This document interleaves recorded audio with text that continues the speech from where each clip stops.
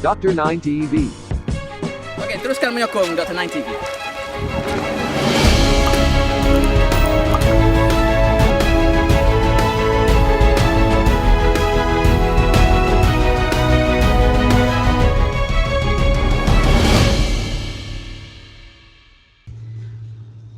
Okey, bismillahirrahmanirrahim. Bismillahirrahmanirrahim. Assalamualaikum warahmatullahi taala wabarakatuh dan salam sejahtera kepada moderator dan juga para pembentang bagi seminar The First Conference of Research, Innovation and Community 2020 anjuran Dr. 9 TV pada kali ini. Jadi alhamdulillah kita dapat berkumpul pada kali ini bagi sesi yang berikutnya untuk pembentangan dalam seminar kali ini. Dan seminar ini adalah anjuran Dr. 9 TV dan kita membawa pembentang-pembentang dari College Community dan juga Politeknik untuk bersama-sama kita menjayakan seminar ini. Okay. Bagi meneruskan acara kita pada pagi ini, bolehnya kita teruskan dengan sesi memperkenalkan diri oleh untuk pembentang-pembentang. So mohon pembentang memperkenalkan diri dan daripada institusi mana dan juga tajuk penyelidikan, insyaAllah. Okey, kita mulakan untuk pembentang yang pertama. Dipersilakan. Okay, bismillahirrahmanirrahim. Nama saya Nur Mahiran binti Mano dari College Community Jeli. Tajuk pembentang saya pada hari ini ialah hukuman gantung bagi ibu yang membunuh bayi, kehujahan golongan yang menyokong dan menentang pelaksanaan hukuman gantung tersebut. Okey, terima kasih Ustazah. Okey, dan seterusnya dipersilakan pembentang kedua.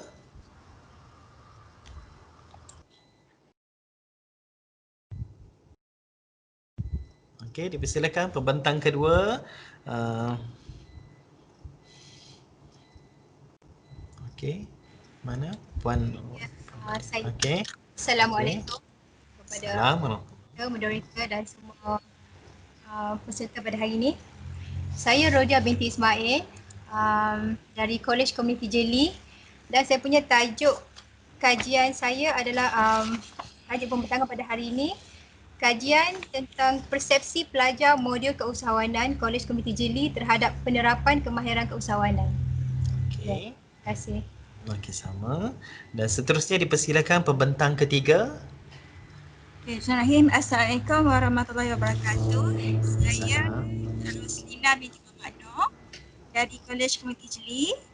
InsyaAllah hari ini saya akan membentangkan tajuk tahap kesediaan pengajaran dan pembelajaran dalam talian semasa pandemik COVID-19 dalam kalangan pensyarah College Community Jeli. Dan insyaAllah saya akan membentangkan bersama dengan Puan Ratiah. Okey, terima kasih Puan Roslina. Dan seterusnya pembentang yang keempat. Silakan. Bismillahirrahmanirrahim. Assalamualaikum warahmatullahi wabarakatuh. Saya Zaliha binti Syekmah daripada College Community Jeli. Saya akan membentangkan berkenaan dengan kajian kepuasan majikan terhadap graduan College Community Jeli. Okey, terima kasih Puan Zaliha. Seterusnya dipersilakan pembentang kelima. Okay, Assalamualaikum dan selamat pagi. Saya Siti Nur Syahnas binti Muhammad Nasri daripada College Community Pasir Mas akan membentangkan tentang berkenaan impak penggunaan produk Natural Herb Sponge di kalangan peserta kursus pendek di College Community Pasir Mas. Terima kasih. Okey, seterusnya dipersilakan pembentang yang keenam. Okey, Assalamualaikum dan selamat pagi. Saya Muhammad Syaridan bin Muhammad Syarif daripada Politeknik Seberang Perai. InsyaAllah saya akan membentangkan pembentangan saya berkenaan tajuk Solar Fertilizer Sprayer Machine untuk pagi ini. Terima kasih. Okey, terima kasih. Jadi alhamdulillah kita dah perkenalan dengan pembentang-pembentang yang akan membentangkan kertas penyidikan dalam seminar Korik pada tahun ini. Okey, jadi bagi meneruskan acara kita pada pagi ini, saya memperkenalkan untuk sesi dua bahagian pertama. Saya mempersilakan moderator kita iaitu Profesor Madya Teknologis Dr. Nik Zulkarnain Hizil dari Universiti Malaysia Kelantan untuk meneruskan bagi sesi kedua bahagian pertama dalam pembentangan konferensi ini. Dipersilakan Dr. Nik.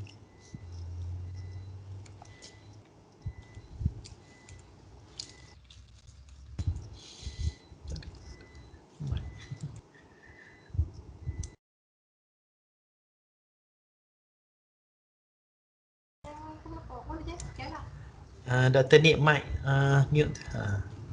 Sorry. Okey, terima kasih moderator untuk sesi pada pagi ini. So selamat datang ke the first virtual conference of Research, Innovation and Community 2020. So alhamdulillah kita bersama-sama hari ini kita dapat berkumpul di dalam platform Maya kita pada pagi ini untuk kita membincangkan ataupun membuat presentasi terhadap hasil kajian masing-masing. So kita ada daripada beberapa institusi yang di mana kita sebenarnya berhasrat untuk membudayakan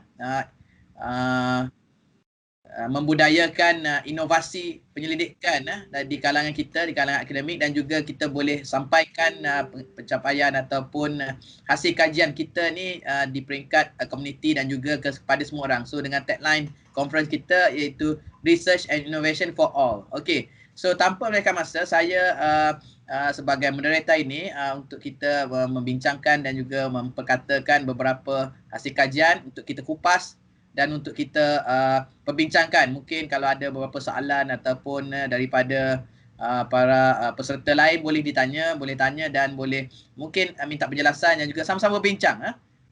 Okey, so untuk pembentangan pertama kita bersama dengan seorang penyelidik ataupun ahli akademik dari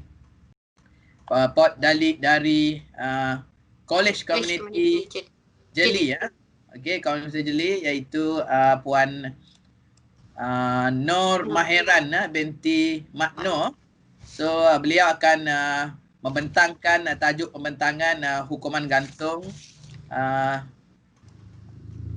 bagi ibu yang membunuh bayi. Okey, dan untuk kita tengok hujah dia golongan yang untuk menyokong ataupun menentang pelaksanaan hukuman tersebut. Jadi kajian telah dibuat dan hari ini beliau ingin membentangkan hasil kajian beliau. Okey, dipersilakan.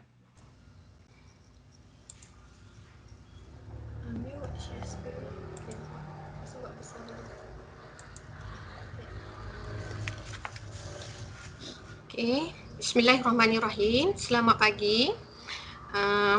Encik moderator, yang dihormati para panel dan kawan-kawan pembentang pada pagi ini. Assalamualaikum warahmatullahi wabarakatuh. Saya Nur Mahiran binti Makno akan membentangkan tentang hukuman gantung bagi ibu yang membunuh bayi, kehujahan golongan yang menyokong dan menentang pelaksanaan hukuman gantung tersebut. Baiklah. Sebagaimana kita tahu, kes pembuangan bayi semakin bertambah setiap tahun dan belum menampakkan penurunannya. Bagi siasatan daripada PDRM mendapati bahawa pada tahun 2014 hingga 2018 kawasan perumahan adalah suatu lokasi yang banyak dibuang janin dan banyak direkodkan. Perbuatan ini juga bertentangan dengan fitrah kejadian manusia dari aspek perasaan, kasih sayang, terutama sekali kasih sayang ibu terhadap anak. Kabinet Malaysia memutuskan bahawa kes pembuangan bayi disiasat sebagai kes bunuh atau kes percubaan membunuh. Dalam menyelesaikan masalah ini, mengikut Seksyen 302 Kanun Keselesaan yang membawa hukuman gantung sampai mati. Bagi kes percubaan membunuh, mengikut Seksyen 307 kanun yang sama membawa hukuman penjara maksima 20 tahun. Ini bermakna jika sabit kesalahan ibu kepada bayi yang berkenaan mungkin dikenakan hukuman gantung. Okey, matlamat dan kajian saya ialah untuk mengenal pasti kehujahan golongan yang menyokong dan menentang pelaksanaan hukum gantung bagi ibu yang membunuh dan menyebabkan kematian bayi tersebut. Okey, objektif kajian ialah mengetahui undang-undang yang melibatkan pembuangan bayi yang menyebabkan kematian bayi mengikut undang-undang Malaysia, undang-undang Islam dan juga perspektif moral. Okey, untuk mengetahui hukum gantung di Malaysia mengikut persepsi agama Islam dan moral, mengetahui kehujahan golongan yang menyokong dan mengetahui kehujahan golongan yang menentang pelaksanaan hukum bunuh bayi tersebut. Okey, isu dan permasalahan ialah berpunca daripada kes-kes perzinaan ataupun kes-kes rogol sama ada bentuk suka, rela, paksaan atau sumbang mahram. Ataupun kes zina. Kes zina ialah jenayah hudud yang memberikan kemudaratan yang besar kepada masyarakat sekarang ini. Islam tidak menganggap zina ni sebagai hak kebebasan peribadi ataupun kebebasan individu di Malaysia. Di Malaysia tidak terkecuali daripada terlibat dengan benda-benda atau gejala yang tidak baik ini, iaitu Anisah Abdul Ghani 209. Rogol pula ialah hubungan jenis antara lelaki dan perempuan yang bukan isterinya tanpa kerelaan perempuan tersebut, dan wanita yang menjadi mangsa rogol tidak dikenakan hukuman had.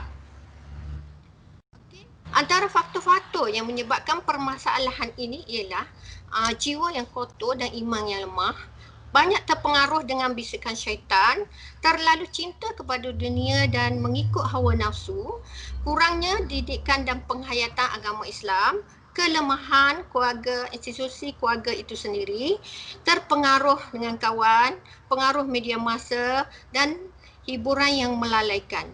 Dan pemerintah juga kurang menitik beratkan tentang hukuman syarak. Okey, undang-undang yang melibatkan pembuangan bayi dan menyebabkan kematian bayi di Malaysia, di mana bilangan statistik pembuangan bayi di Malaysia pada tahun 2009 hingga 2018. Pada tahun 2009, peningkatan yang mendadak iaitu seramai 181, dan pada tahun 2010 hingga 2013 kurang daripada 100 orang, manakala meningkat balik 2014 hingga 2018. Kes bunuh disiasat iaitu Kanun Kesesaan 302 yang menyebabkan akan dikenakan hukuman gantung sampai mati, manakala kes percubaan membunuh Seksyen 307, kes yang sama akan membawa kepada hukuman penjara maksimum 20 tahun. Manakala kes pembuangan bayi juga melibatkan akhta di bawah bab 3, iaitu kesalahan berhubung dengan kesihatan, kebajikan kanak-kanak dan akhta kanak-kanak 201. Okey, undang-undang yang melibatkan pembuangan bayi dan pembunuhan bayi mengikut perspektif Islam terbahagi kepada dua bahagian, iaitu hukuman qisas dan ta'zir. Hukuman qisas ialah kalau mengikut hukuman qisas yang termaktub di dalam Al-Quran mengatakan bahawa tidak diwajibkan atau dikenakan hukum qisas ke atas bapa ataupun ibu yang membunuh anaknya. Di sini terdapat dalam hadis Rasulullah sallallahu alaihi wasallam yang diriwayatkan oleh Umar Ibn Khattab yang bermaksud tidak boleh dikisas bapa disebabkan membunuh anaknya. Manakala hukuman ta'zir pula adalah hukuman yang tertakluk kepada budi bicara pemerintah, itu badan perundangan ataupun hakim, kerana hukuman bagi kesalahan ini tidak disebut di dalam Al-Quran ataupun Sunnah. Sebagai contoh, hukuman ta'zir yang telah dilaksanakan di Arab Saudi ataupun di Malaysia ialah seperti hukuman mati ke atas orang yang pengedar dadah lah, yang melebihi hak ataupun pendagang dadah. Ataupun hukuman gantung boleh dilaksanakan juga ke atas ibu yang menyebabkan kematian bayi berdasarkan hukuman ta'zir tersebutlah. Okey. Pembuangan bayi pula daripada perspektif aktif nilai moral terbahagi kepada 4 bahagian. Kalau mengikut teori teologi mengatakan bahawa ibu kepada bayi itu adalah orang yang berhak membuat pilihan sendirilah, di mana pilihannya harus berdasarkan situasi mereka dan keadaan mereka. Moral itu ditetapkan oleh diri sendiri. Kalau teori Egosmith pula mengatakan bahawa seorang itu mestilah melakukan sesuatu perbuatan dengan bertujuan memberi faedah dan kebaikan pada diri sendiri. Setiap perbuatan yang dapat memberi keuntungan serta faedah kepada dirinya dianggap sesuatu perbuatan yang baik, dan perbuatan yang mendatangkan kerugian dan kemudaratan dianggap sesuatu yang buruk. Teori moral sosial ini dipengaruhi oleh pegangan agama dalam sesuatu masyarakat. Teori ini merupakan suatu teori etika yang berkaitan dengan nilai-nilai peraturan dalam sesuatu masyarakat atau bangsa ataupun kaum. Manakala yang keempat ialah teori kategorika imperatif pula memperkatakan bahawa sesuatu tindakan itu dianggap sebagai tidak bermoral sekiranya peraturan yang membenarkan itu tidak dapat digunakan secara umum sebagai satu peraturan universal kepada semua manusia untuk menuruti atau mematuhinya. Okey, diskusi kehujahan. Golongan yang menyokong dan menentang pelaksanaan hukuman gantung bagi kes ibu membunuh bayi. Hujah yang menyokong dilaksanakan adalah menurut Ad-Dahlawi 1992, menjatuhkan hukuman mati ke atas jenayah telah dipersetujui oleh umat-umat terdahulu. Hukuman mati dianggap sangat penting dan boleh mencegah daripada berlakunya jenayah.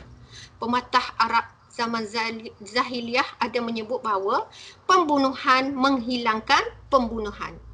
Azman 208 menyatakan bahawa terdapat beberapa kajian yang dijalankan yang telah mendapati bahawa hukuman mati lebih berkesan dalam membendung pelbagai gejala jenayah yang semakin menular dalam masyarakat.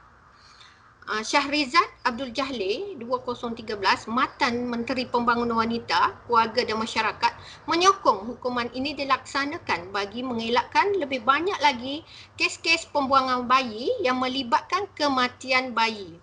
Beliau berpandangan bahawa hukuman ini adalah setimpal dan sesuai dengan perbuatan yang tidak berperi kemanusiaan, dan beliau juga tidak mahu isu ini menjadi semakin teruk. Hujah yang menolak hukuman gantung dilaksanakan ialah memandangkan pelaksanaan hukum mati di Malaysia ini tidak berkesan ataupun kurang berkesan untuk memberteraskan pembunuhan. Jenayah seperti itu masih lagi berlaku sehingga kepada hari ini. Tiada tanda-tanda kes perumpamaan itu akan menurun walaupun adanya hukuman yang berat. Fenomena ini telah menimbulkan cadangan dari setengah pihak supaya peruntukan hukuman mati dimansuhkan. Itu Hamidi Abdul Ghani 207. Ada setengah pihak yang mencadangkan supaya peruntukan hukuman mati di Malaysia dimansuhkan disebabkan kegagalan hukuman tersebut menyekat kes-kes jenayah yang berlaku pada masa sekarang. Bahkan pada zaman moden ini, hukuman mati bukanlah sesuatu yang boleh diterima semua negara di dunia, terutamanya di negara barat dan Eropah. Hamidi Abdul Ghani 207. Okey, cadangan dan kesimpulan. Cadangannya, pelaksanaan hukuman terhadap kes ibu yang membunuh bayi dicadangkan mengikut hukum qisas dan takzir dalam Islam, iaitu tidak dikenakan hukuman bunuh terhadap ibu berdasarkan hukuman qisas, tetapi dikenakan tindakan yang sewajarnya bagi hukuman seperti penjara ataupun denda. Jika pelaksanaan hukuman dilaksanakan mengikut undang-undang Islam, maka masalah ini dapat diselesaikan. Islam merupakan agama yang syumul, merangkumi setiap aspek kehidupan manusia, termasuk juga dalam bidang jenayah. Pelaksanaan hukuman Islam secara keseluruhan bukan sekadar dapat merawat penyakit yang ada dalam masyarakat, bahkan dapat mencegah masyarakat daripada terjerumus ke dalam gejala sosial yang semakin meruncing sekarang ini. Daripada perbincangan di atas, dapatlah disimpulkan bahawa hukuman gantung bagi ibu yang membuang bayi dan menyebabkan kematian bayinya adalah dianggap terlalu berat. Okey, sekian saja pembentangan saya pagi ini.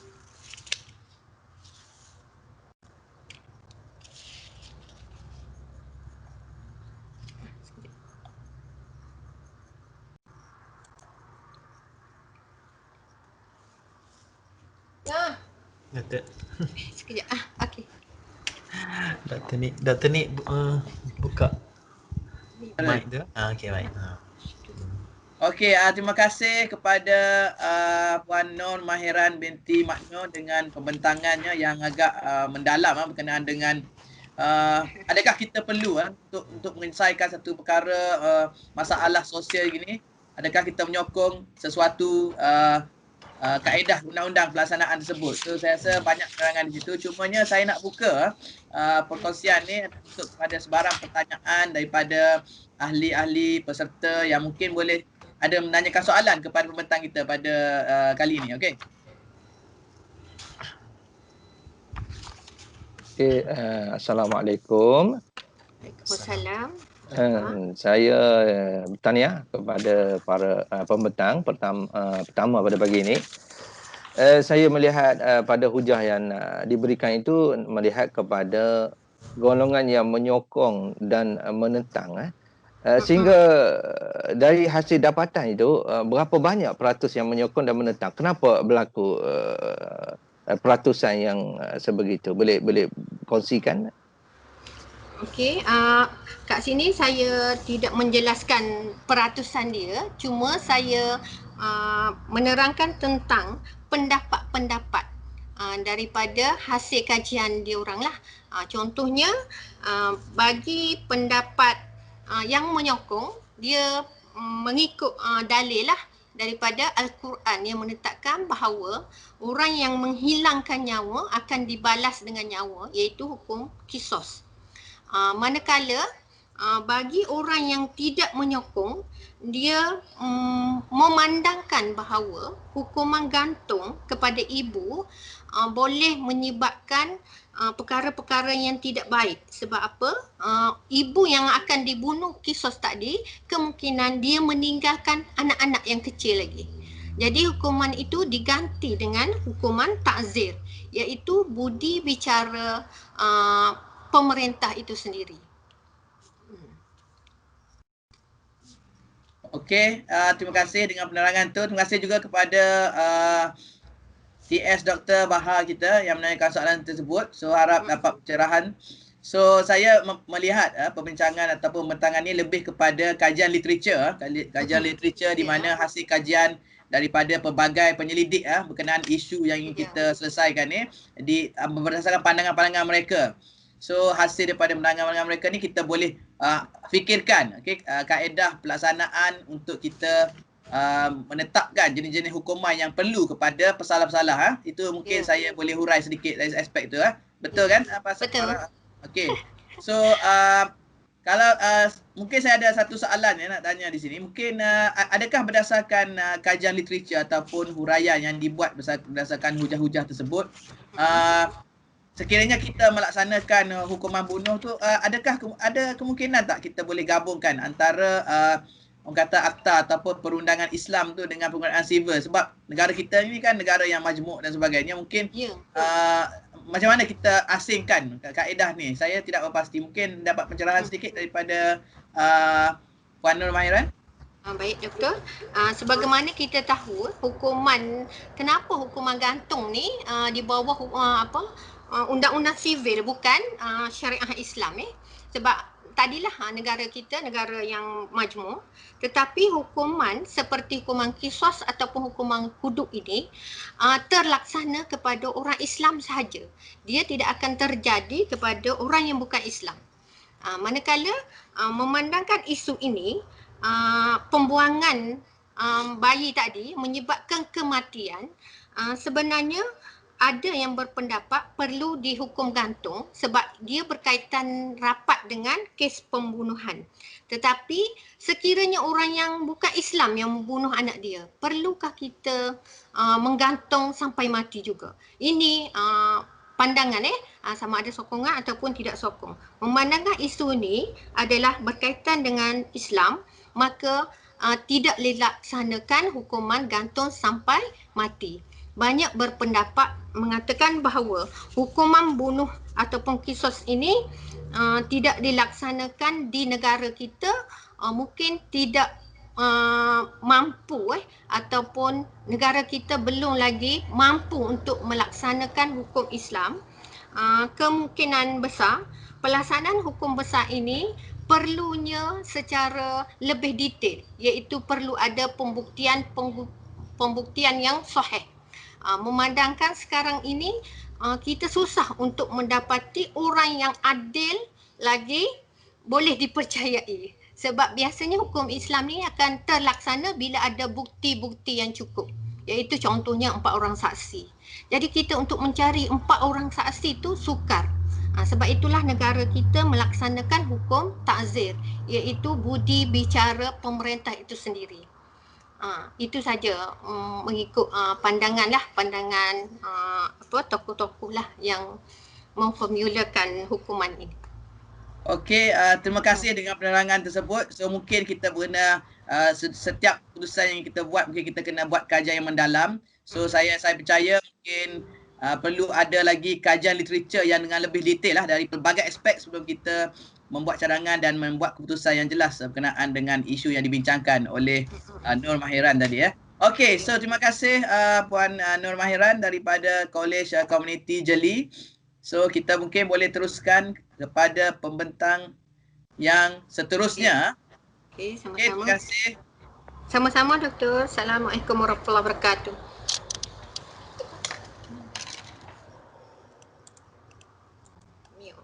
So, so kita boleh teruskan pembentangan sesi pada kali ini bersama pembentang kedua, iaitu daripada Puan Rodiah binti Ismail, juga daripada dari College Community Jeli ya.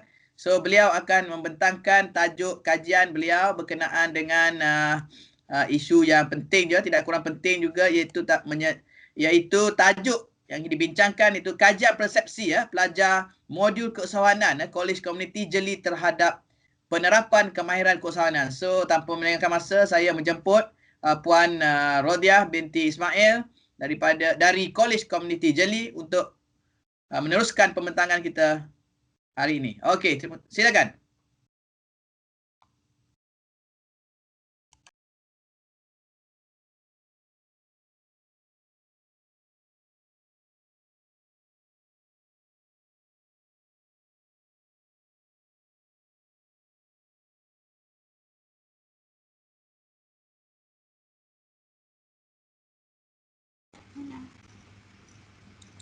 Share screen ke? Situ lepas tu ambil tu. Okey boleh. Okey. Nampak tak? Nampak tak Zara? Nampak tak? Gelap. Oh gelap gitu-gitu punya. Sekejap.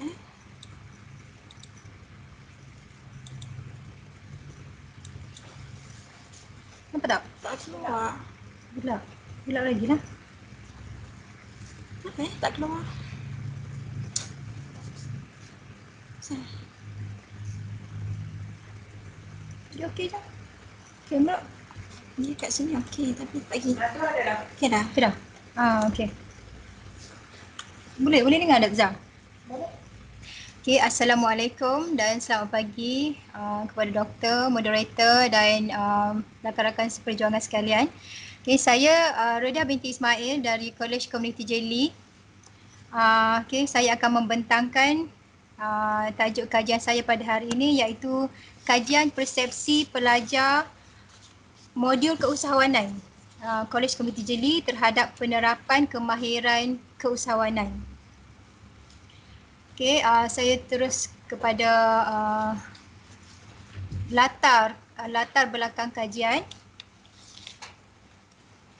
latar belakang kajian. Oh ya, full screen.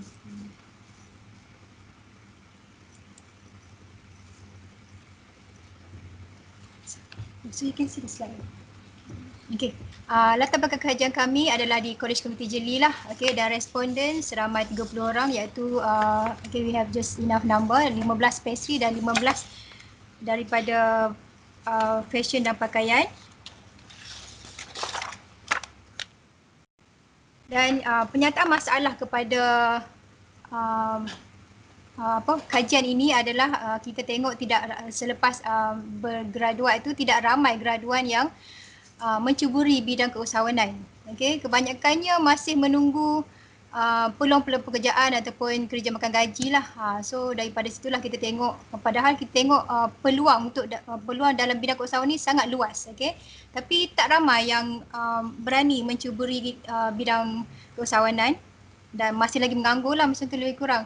Okey, dan masalah pengangguran tu sendirilah boleh memberi impact negatif kepada seseorang individu, sama ada dari segi ekonomi, dari segi dari segi sosio budaya dan sebagainya. Okey, akibat daripada pengangguran tersebut dan kepada kesan kepada negara secara amnya. Okey, sebab disebabkan oleh masalah pengangguran di kalangan belia, okey, boleh menimbulkan banyak impak-impak negatif lah. Okey, seterusnya objektif kajian. Okey, objektif kajian kami adalah untuk mengenal pasti sama ada terdapat perbezaan yang signifikan antara kandungan modul yang diajar iaitu modul keusahawanan dengan penerapan kemahiran keusahawanan itu sendiri di kalangan pelajar. Dan selain itu untuk mengenal pasti sikap pelajar terhadap bidang keusahawanan. Okey, dan juga untuk mengenal pasti ciri-ciri seorang usahawan dalam diri pelajar tersebut, okay, setelah mereka mengikuti pembelajaran dalam modul keusahawanan. Okay, ini metodologi kajian kami. Okay, bermula dengan untuk mengenal pasti isu dan masalah, okay, diagnostik, dan kita mengambil tindakan, perancangan tindakan iaitu kami tubuhkan beberapa penyelidik lah, kumpulan penyelidik. Okey, lepas tu melaksanakan tindakan. Okey, sebab sekarang ni semua online, so kita guna Google Forms lah untuk mentadbirkan soal selidik tersebut. Dan data yang diperoleh dianalisis menggunakan data SPSS. Dan kita buat daripada situ kita buat refleksi dan penilaian lah berdasarkan hasil kajian tersebut. Okey, dan instrumen kajiannya, ya, kami menggunakan mostly soalan-soalan selidik lah, okey, melalui Google Forms, dan data pula dianalisis menggunakan SPSS.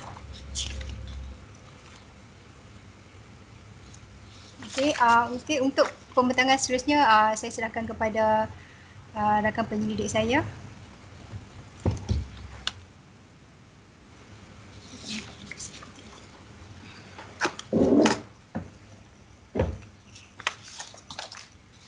Okey, seterusnya signifikasi kajian. Okey, kalau melihat pada kajian yang telah kami lakukan, mendapati bahawa terdapat hubungan yang signifikan antara ilmu modul keusahawanan yang diajar dengan penerapan kemahiran keusahawanan dalam kalangan responden kajian. Okey, ini bermaksud subjek usahawan yang diajar semasa semester 3 banyak juga memberi input kepada pelajar untuk membina nilai-nilai usahawan dalam diri pelajar lah. Okey, jadi ini adalah statistik daripada soalan kajian yang kami lakukan.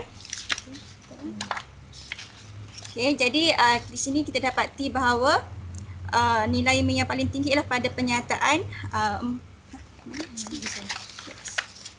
Okey, mendapati nilai paling tinggi pada penyataan iaitu 4.30. Okey, 4.30 menunjukkan bahawa pelajar berupaya untuk menggunakan sumber modal untuk perniagaan dengan baik dan bertanggungjawab. Okey, manakala elemen yang terendah pula pada penyataan B7 yang merumuskan bahawa pelajar mengaku bahawa mempunyai sedikit masalah dalam urusan berkomunikasi dengan pelanggan. Di permasalahan ini boleh diatasi dengan cara kita memberi latihan praktikal pada pelajar seperti mengadakan sesi temu bual dengan usahawan yang telah berjaya, mengadakan latihan business pitching dengan lebih kerat dan sebagainya lah. Okey. Jadi tindakan dan cadangan ialah untuk memperkemaskan lagi lah nilai keusahawanan dalam kalangan pelajar dan memperbanyakkan lagi aktiviti temubual dengan usahawan yang telah berjaya untuk mempertingkatkan kemahiran komunikasi pelajar, dan juga pensyarah modul perlu memberi penekanan kepada pelajar tentang cabaran dan faktor-faktor yang realitas atau situasi sebenar bagi membolehkan suatu perniagaan ini berjaya di dunia nyata, bukan sekadar teori semata-mata. Jadi kita tidak mahu hanya belajar teori, tapi mereka dapat praktikkan dalam dunia realiti lah nilai keusahawanan yang mereka pelajari di kolej. Kesimpulan, pengkaji berharap kajian boleh dimanfaatkan oleh pihak yang berkepentingan, terutamanya tenaga pengajar. Modul keusahawanan khususnya untuk menambah baik bahagian-bahagian yang memerlukan lebih penekanan dan sebagainya. Okey. Itu saja untuk kajian kami. Doktor. Okey.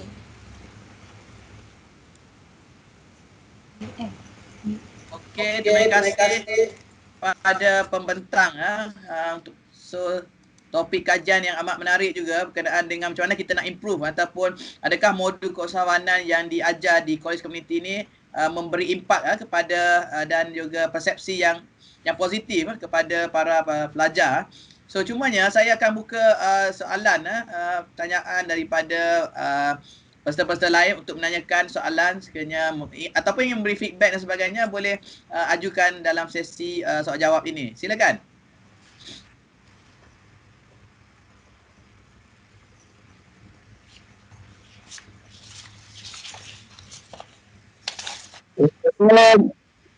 Assalamualaikum. Salam. Saya nak tanya satu soalan tentang apa yang you cakap tadi, signifikan tu kan. So apa variable yang signifikan tu yang menghubungkan di antara satu variable dengan variable yang kedua tu? Boleh cerita sikit tak? Pasal you tengok analisis tak ada hubungan yang signifikan di antara apa dengan apa.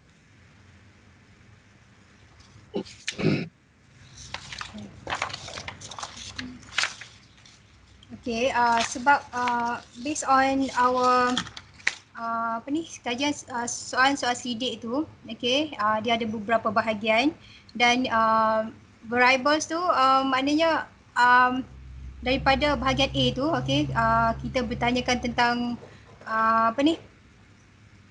konten yang terdapat, okay, mostly konten yang terdapat dalam modul keusahawanan itu sendiri, okay. Dan dengan penekanan lah, dengan penekanan yang diorang belajar tu sama ada praktikal ataupun tak. Okay, dan melalui min yang kami dapat tu setelah dianalisis dan tidak terdapat perbezaan yang ketara. Okay, antara apa yang diorang belajar dengan apa yang diterapkan dengan penekanan tu lah. Apa penekanan tu? Penekanan boleh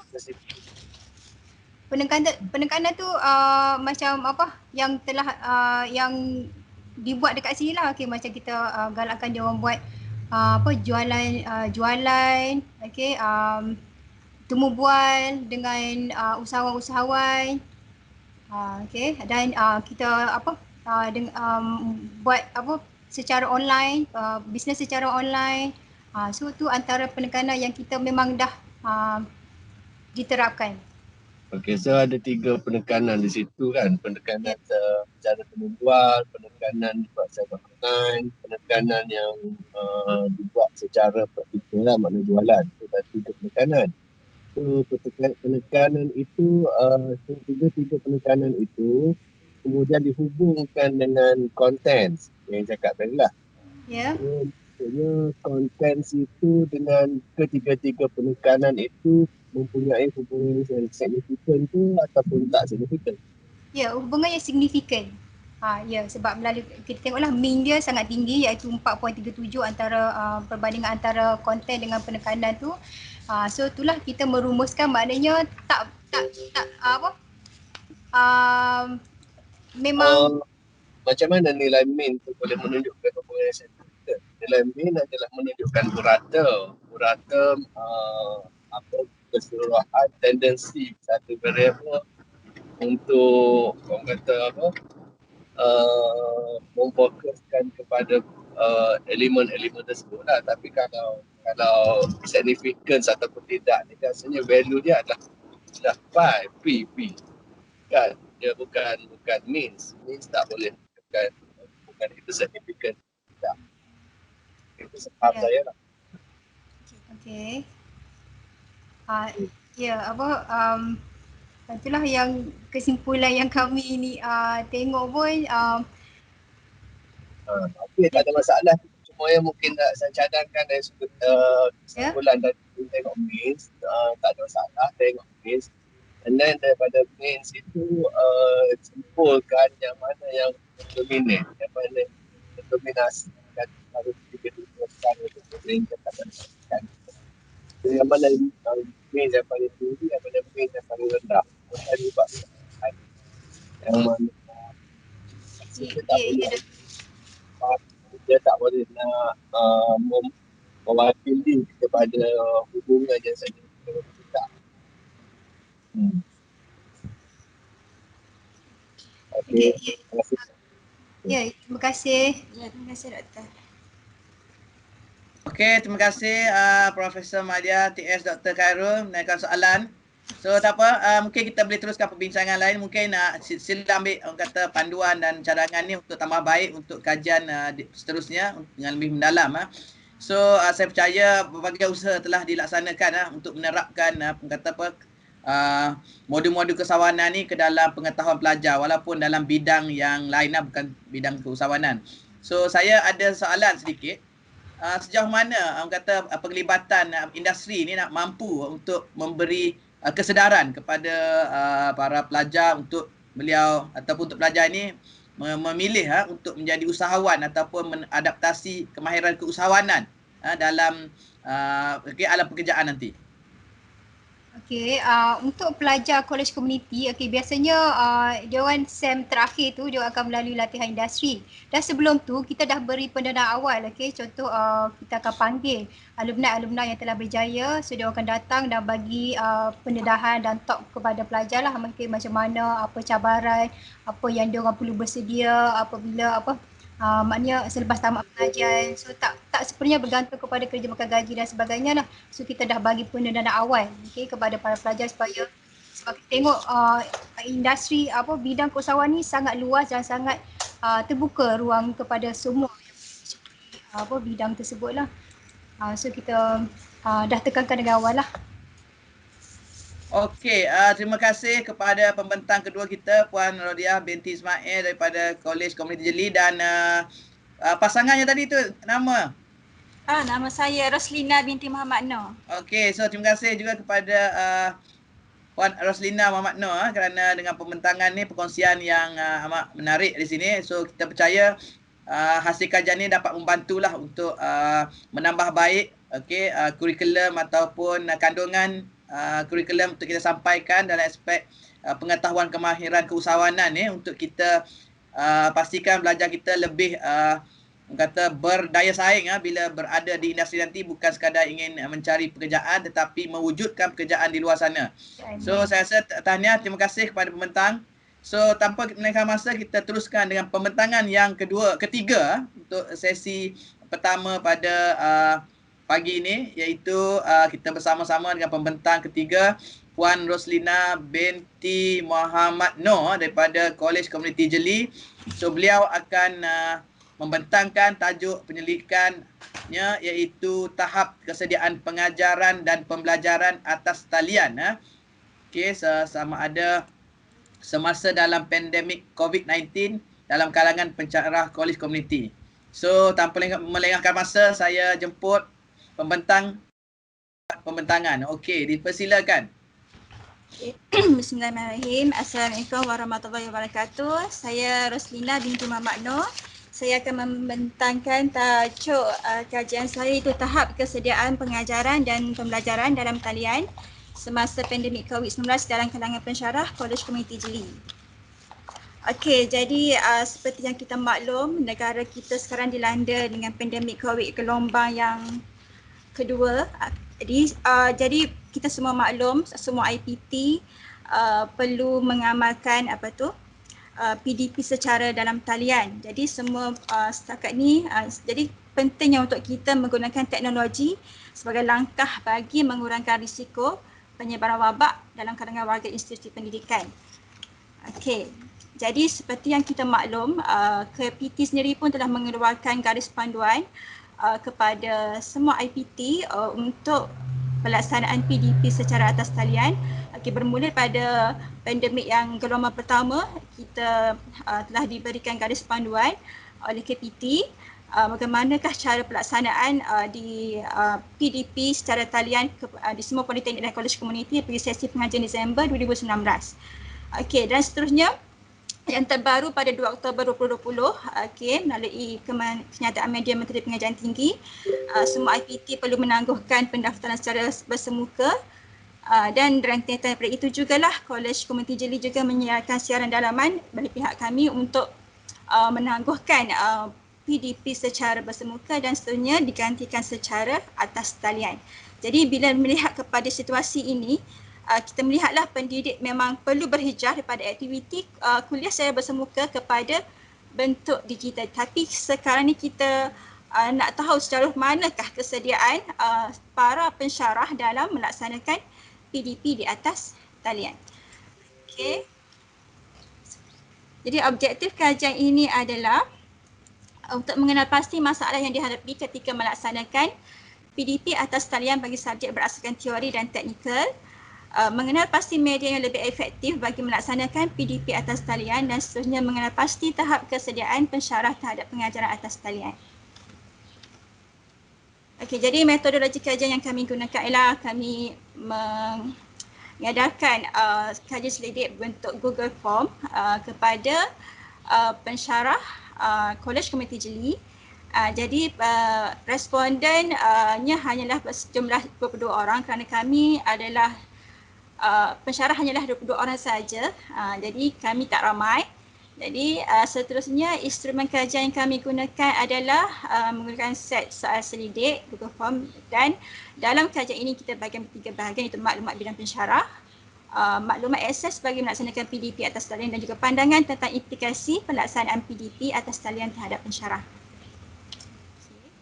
Jadi ini adalah analisis jabatan yang kami dapatlah. Okey, jadi untuk pengetahuan semua, kami di Kolej Komuniti Jeli kami ada dua bidang utama, iaitu teknikal, iaitu pastry dan fashion dan pakaian, dan kami ada unit pengajar amlah sebagai unit tambahan untuk mengajar subjek-subjek program wajib kolej.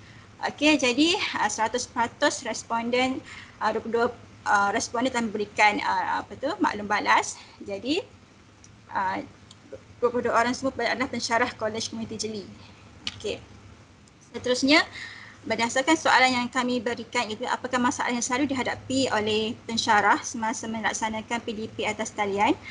Okey, sebanyak 90.9% menyatakan bahawa akses internet yang terhad mengganggu juga proses pengajaran dan pembelajaran dalam talian. Okey, seterusnya jadual ini menunjukkan bahawa apakah aplikasi yang selalu digunakan oleh pensyarah di Kolej Komuniti Jeli. Okay, ada 5 aplikasi yang sering digunakan, itu WhatsApp, Telegram, Google Meet, Google Classroom dan Microsoft Teams lah. Okay. Seterusnya responden juga ditanya tentang apakah PDP atas talian ini sesuai untuk dilaksanakan bagi subjek-subjek teknikal untuk pastry dan fashion, kerana kita maklum bahawa subjek-subjek ini memerlukan kepada praktikal. Okey, jadi kebanyakan pensyarah menyatakan bahawa PDP di atas talian tidak sesuai untuk subjek teknikal.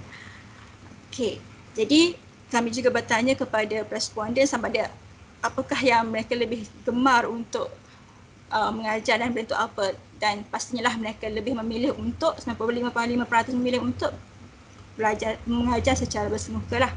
Okey, seterusnya perbincangan saya serahkan kepada Puan Rodiah.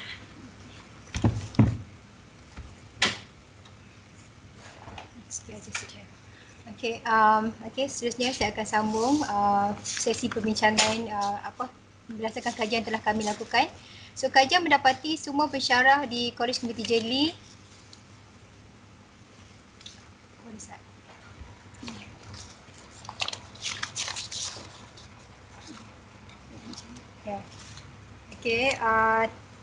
mereka telah menggunakan pembelajaran secara dalam talian sebagai untuk menyampaikan PDP lah, terutama semasa pandemik ini. Okey, dan antara cabaran yang perlu dihadapinya, okey, terdapat 14 responden daripada 22 yang menyatakan mereka kurang mahir dalam menggunakan aplikasi PDP dalam talian. Dan masalah antara tidak kurang pentingnya adalah sebab akses internet yang terdapat dan kemudahan Wi-Fi college yang sering mengalami gangguan lah. Dan ini memaksa pesyarah untuk menggunakan data peribadi sendirilah untuk proses PDP tersebut. Dan seperti yang telah diterangkan sekejap tadi, okey, antara 5 aplikasi yang paling dominan sekali yang sering digunakan adalah Telegram, WhatsApp, Google Meet, Google Classroom dan Microsoft Teams lah. Okey, antara sebab pemilihan kelima-lima aplikasi tersebut sebab ianya mudah diakses, okey, sangat mesra pengguna dan mempunyai fungsi yang pelbagai dan sangat fleksibel. Dan pesyarah perlu menyediakan banyak alternatif aplikasi. Okey, selain itulah, okey, pesyarah boleh menggunakan alternatif lain lah yang mana yang dirasakan sangat mudah akses dan kepada pelajar, okey, dari pihak pelajar dan juga kepada pesyarah tersebut lah. Okey, kajian mendapati responden menyatakan bahawa PDP dalam talian kurang sesuai dan tidak begitu praktikal kepada subjek teknikal kerana pelajar akan mempunyai masalah lah dari segi untuk dari segi peralatan dan banking dan sebagainya yang biasa sebab kebiasaannya mereka menggunakan hands-on. So maknanya dia akan ada kekangan lah kat situ. Dan tidak semua pelajar mempunyai peralatan kelengkapan sendiri, contohnya macam pastry ataupun fashion sendiri, dia orang ada yang tak ada, mesin jahit, ada yang tak cukup kelengkapan untuk buat pastry dan sebagainya lah. Okey. Dan kaedah yang dirasakan paling sesuainya adalah secara thank you. Face to face lah, okey, sebab dia mudah difahami dan interaction tu secara live, okey, dan everything can be hands on lah. Okey, subjek teknikal memerlukan kepada penilaian secara bersukan, yang tu paling ialah sebab untuk diuji, contohnya dari segi rasa, dari segi bentuk dan sebagainya, contoh macam pastry, so benda tu lagi fleksibel, lagi bermakna lah. Okey, dan selain itu juga PDP secara dalam talian ini tidak mencapai matlamat, okey, untuk memantapkan kemahiran kepada pelajar yang mana ia adalah perkara paling penting lah untuk kursus teknikal. So kemahiran tu dirasakan kurang berkesan lah. Tengok nombor.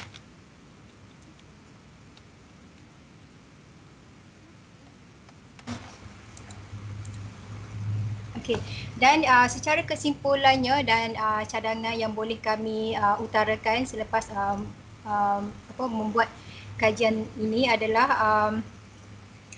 setiap pesyarah Kolej Komuniti Jeli khususnya memang mempunyai tahap kesedaran yang tinggi, okey, tentang pembelajaran secara dalam talian.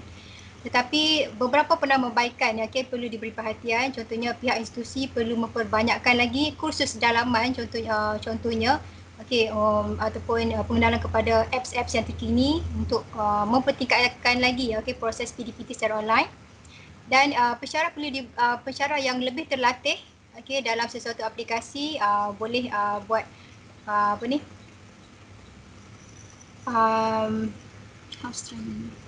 house training kepada pesyarah-pesyarah lain. Okey, dan pihak institusi juga perlu mempertingkatkan kemudahan capaian internet. Ini antara yang dirasakan sangat-sangat perlu. Okey, maknanya kemudahan Wi-Fi dan kemudahan yang berkaitan dengan pembelajaran online ini perlu dipermantapkan lah. Dan sekiranya pandemik COVID-19 ini berlanjutan untuk tempoh yang agak lama, so pihak yang terlibat perlu menambah baik keseluruhan ataupun dia panggil support system untuk menyokonglah pembelajaran PDPT secara dalam talian. Okey, saya rasa itu saja untuk perbincangan pada hari ini dari kami. Terima kasih.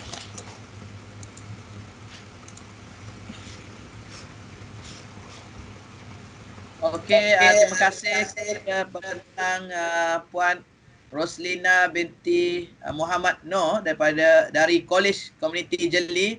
So pembentangan yang jelas, saya rasa semua dapat pandangan ataupun boleh bagi pandangan. Kalau saya buka kepada soalan-soalan daripada peserta untuk tanyakan soalan.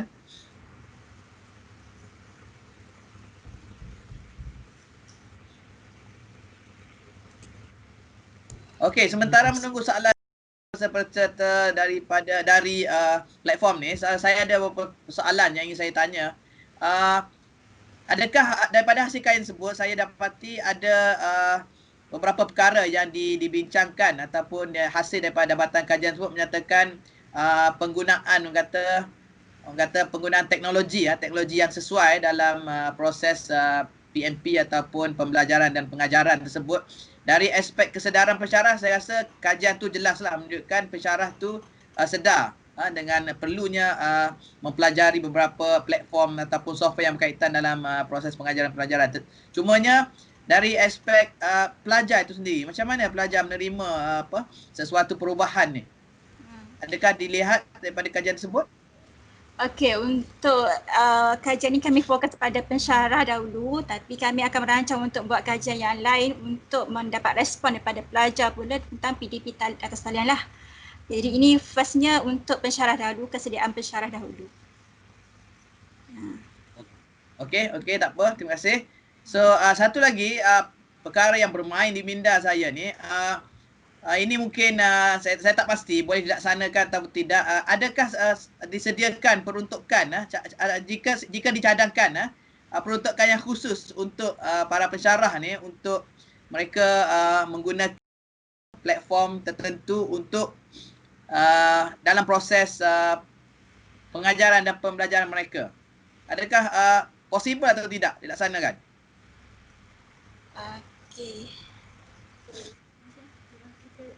Okey, setakat ni kami memang kalau di college community ni kami memang tiada peruntukan khusus lah. Maksudnya untuk membina sistem sendirilah untuk membuat PDP secara atas talian. Jadi ini semua bergantung kepada kreativiti masing-masing lah untuk menyampaikan PDP kepada pelajar. Dan sebab itulah seperti daripada kajian tadi, bukan semua pensyarah mahir dalam kelima-lima semua aplikasi. Jadi setakat yang terbaik yang dimampu dilakukan adalah untuk memastikan PDP tetap berjalan walaupun orang kata supaya tak berlakulah kata penangguhan dan PDP memastikan penilaian pun akan siap mengikutnya lah. Okey, sebab daripada kajian tu saya dapati ada masalah terpaksa menggunakan data plan sendiri dan sebagainya. So mungkin dari aspek peruntukan tersebut lah maksud saya untuk kita operasi. Ada cadangan ke sebab benda tu you telah buat secara kajian kan, so mungkin boleh dicadangkan lah. Ada kalau tak banyak pun sedikit peruntukan untuk kata dari sudut data plan dan sebagainya. Itu mungkin pandangan daripada saya lah.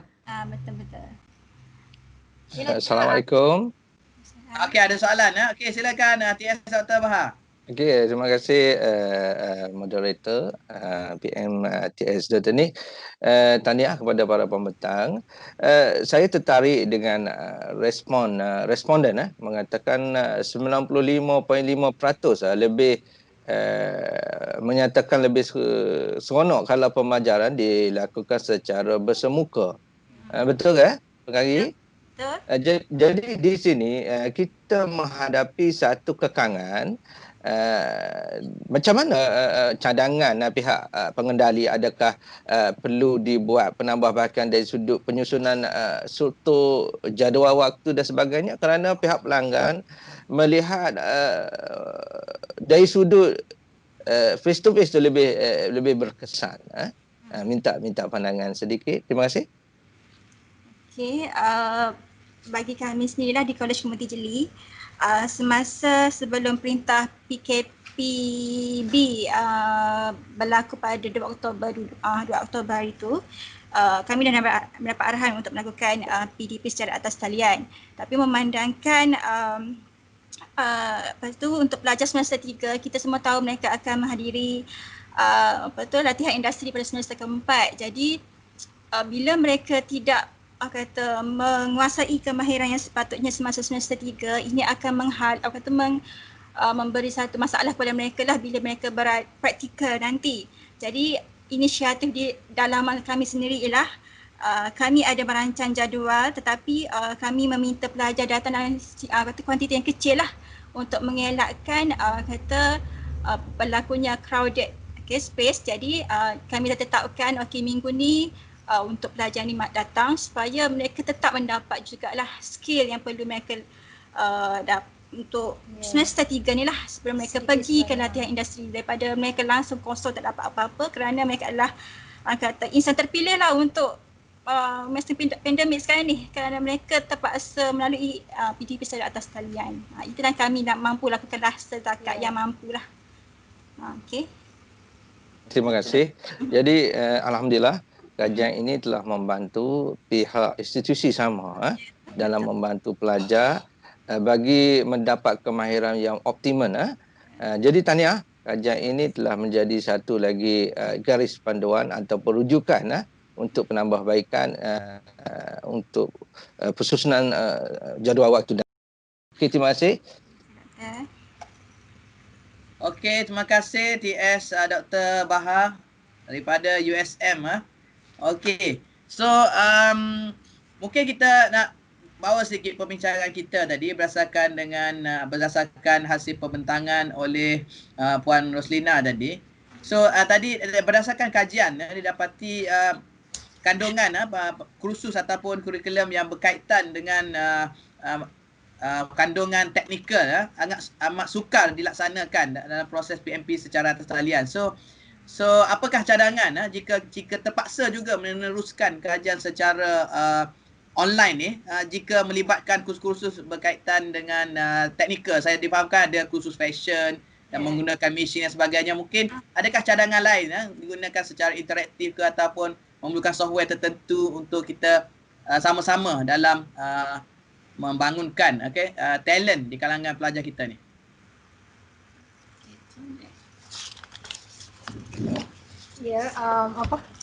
Seperti yang kami cadangkanlah untuk setelah melakukan kajian ini, sebenarnya kita menggunakan sekarang ni kita cuba menggunakan teknologi ataupun aplikasi yang sesuai untuk membantu pelajar. Maknanya dia orang tak ketinggalan dari segi teknikal. Contohnya kita guna pakai yang mana ada video-video dekat YouTube, video-video interaktif, aplikasi-aplikasi tertentu. So maknanya yang maknanya pensyarah tu dia kena be a little bit of reach out sikit lah untuk membantu pelajar. Terutama itulah subjek-subjek teknikal lah. Seperti yang sebelum ni memang dah ada, tapi kuranglah penekanan tu. Sekarang ni kita reach out lah untuk student tu. Kita cari buat research, buat mencari bahan-bahan interaktif yang sesuai untuk di sharekan dengan pelajar lah. Setakat tu yang kami mampulah untuk setakat ni. Setelah kita cadangkan untuk pihak pengurusan lepas ni, sebenarnya akan ada penambahbaikan dan sebagainya lah. Kita panggil pakar-pakar yang boleh yang berkaitan tu untuk enhance lagi lah benda ni. Okey, terima kasih. Saya percaya pelbagai usaha telah dilaksanakan untuk kita memperkemaskan dari sudut pengajaran. Tapi saya nampak di sini apa yang paling cabaran yang paling utama adalah dari sudut assessment lah. Okey, untuk kita mengajar dan kita bagi maklumat supaya mereka faham. Saya ingat yang tu kita boleh laksanakan dalam masa terdekat, tetapi kita perlu sama-sama mendalami lah kaedah-kaedah pentaksiran yang sesuai supaya kita dapat memastikan knowledge ataupun ilmu yang disampaikan tu para pelajar boleh aplikasikan dalam kerjaya nanti. Okey, terima kasih kepada Puan Roslina binti Muhammad Noor dari College Community Jeli dengan pembentangan yang menarik tersebut. Dipersilakan Profesor Madya TS Dr. K, mungkin nak bagi sikit komen berkenaan dengan conference kita. Assalamualaikum warahmatullahi wabarakatuh.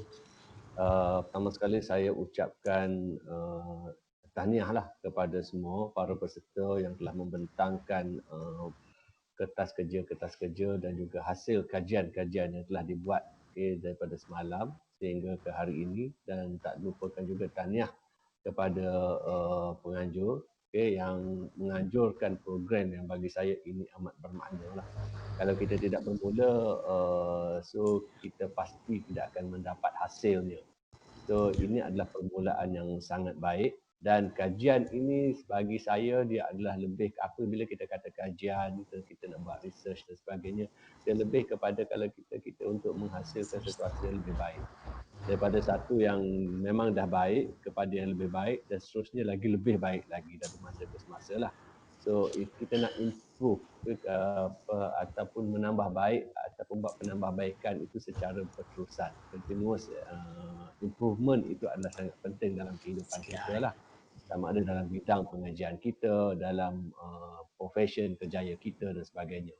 Dan ini adalah merupakan platform yang terbaik lah.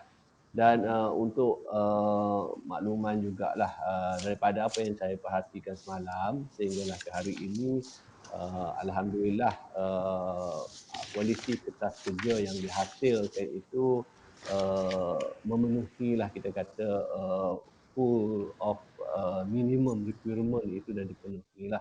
Cuma masih ada ruang dan lagi untuk kita perbaiki dan memperkasakannya. Mungkin untuk next ataupun penganjuran yang seterusnya, mungkin kita boleh lihat kaedah kajian yang lebih proper, yang lebih baik, yang lebih teratur dan sistematik supaya kita akhirnya akan dapat membentangkan hasil kerja kita itu dengan lebih sistematik lagi. So untuk makluman semua jugalah, saya nak maklum dekat sini, saya ada berbincang dengan pihak Dr. Nine TV, PMS Dr. Nick Zulkarnain, di mana kita akan adakan slot research methodology, yang mungkin bersama dengan saya dan dalam masa 5 minit lah pada masa-masa yang tertentu akan dimaklumkan oleh Dr. Nine nanti. So mungkin akan dibuat secara bersiri tetapi penceritaannya adalah kepada research methodology. So kepada sesiapa yang berminat untuk melihat apa, insyaAllah boleh bersama dengan Dr. Nine TV dari masa ke semasa lah untuk subscribe channel Dr. Nine TV. InsyaAllah rancangan itu akan diadakan dalam masa terdekat ini. Dan untuk makluman juga, belakang saya tu dia ada backdrop Kopi Nano belakang. Sebenarnya saya nak ucapkan jutaan terima kasih lah kepada pemilik kafe Kopi Nano ni, Puan Marita binti Ismail, yang sudi menjadi orang kata antara host penaja kita. Orang kata secara tiba-tiba asalnya. Kerana saya cuba untuk nak masukkan backdrop yang the first virtual conference tu tapi tak berjaya. So, kebetulan saya berbincang dengan pemilik kafe ni dan beliau bersetujulah untuk orang kata meminjamkan ruang kafe untuk saya bersiaran di sini. Dan yang bagusnya dia bagi saya wifi free lagi. So saya guna wifi Kopi Nano. Alhamdulillah. Okay. So itulah alhamdulillah lah. So itulah pandangan daripada saya. Sekiranya ada keperluan kerana research metodologi ni penting untuk kita nak bangunkan orang kata paper yang lebih baik dan bermutu di masa-masa seterusnya. So secara overallnya saya ucapkan jutaan terima kasih dan tahniah kepada semua dan juga kepada Dr. Nine TV selaku penganjur bersama dengan College Community, pihak Politeknik dan juga kepada semua panel daripada UPSI, USM dan juga daripada Universiti Malaysia Kelantan. Okay, sekian, terima kasih. Okey, terima kasih Dr. Nick, Dr. K. Alhamdulillah memang satu cadangan yang sangat baik. InsyaAllah kami akan berkumpul semua tim untuk join research methodology nanti bersama-sama dengan Dr. Nick nanti insyaAllah. Teruskan menyokong Dr. Nine TV. Terus menyokong Dr. Nine TV.